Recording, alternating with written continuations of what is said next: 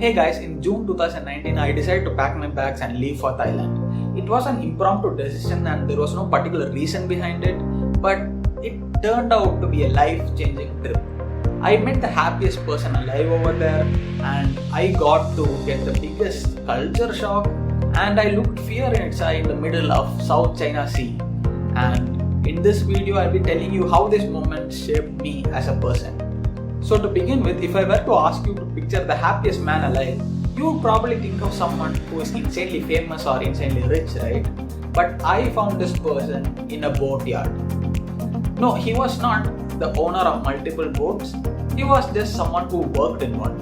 And this guy, if we were to give a physical form to living in the moment, he would be that person. And he was so bursting with joy that it became contagious to all the passengers, and we were happy, we were smiling at the happiness that he was spreading out. At that day, I left the boat thinking about society's definition of success and how we all spend a lot of time complicating our lives chasing it, when here was someone who was the exact opposite of that.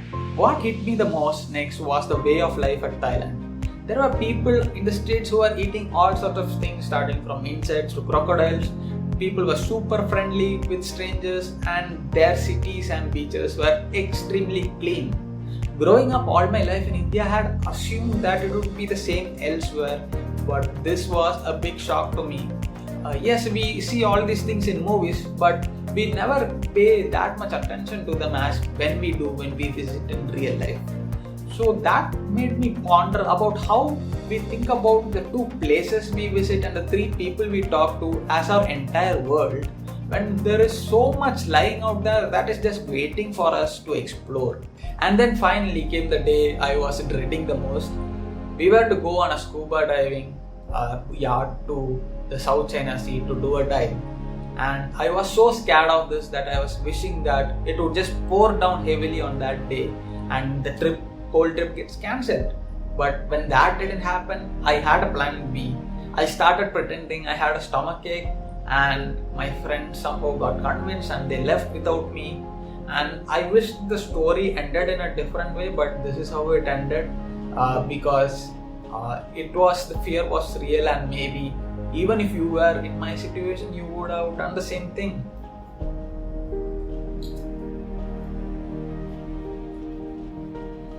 But unfortunately for me, my friends knew me too well. They came back midway from their trip and just pulled me along, and before I knew it, I was somewhere in the middle of South China Sea in a yacht, and I was standing in line waiting for my turn to jump. And as the people in front of me reduced, my heart rate started increasing, and then finally the moment came where I had to take the plunge. I dived in along with my instructor and I looked at my gauge on my shoulder as it read the meters, 10 meters, 20 meters, 30 meters into the ocean, and finally I hit the bottom. And I took a few seconds to look around for the first time, and what I saw was emptiness all around, stretching to infinity, along with fishes and beautiful coral reefs. But what stood out the most was the silence, and the tranquility and beauty of it is something that I would not be able to explain in words. But what I can tell you is that if my friends hadn't pulled me along, I would have regretted it my entire life. And there comes the third learning, that fear is sometimes very cruel, It keeps you away from the good things in life. But locked in 30 meters of water under South China Sea, I learned to lock my fear away. After that week-long trip, I came back home and just wondered about how we crave to be under familiar circumstances when the magic actually lies in the unfamiliar. Maybe this video becomes a spark for you to try out that unfamiliar thing that you've been putting away. If you like this video, do leave a like and subscribe to see more videos like this in the future as well.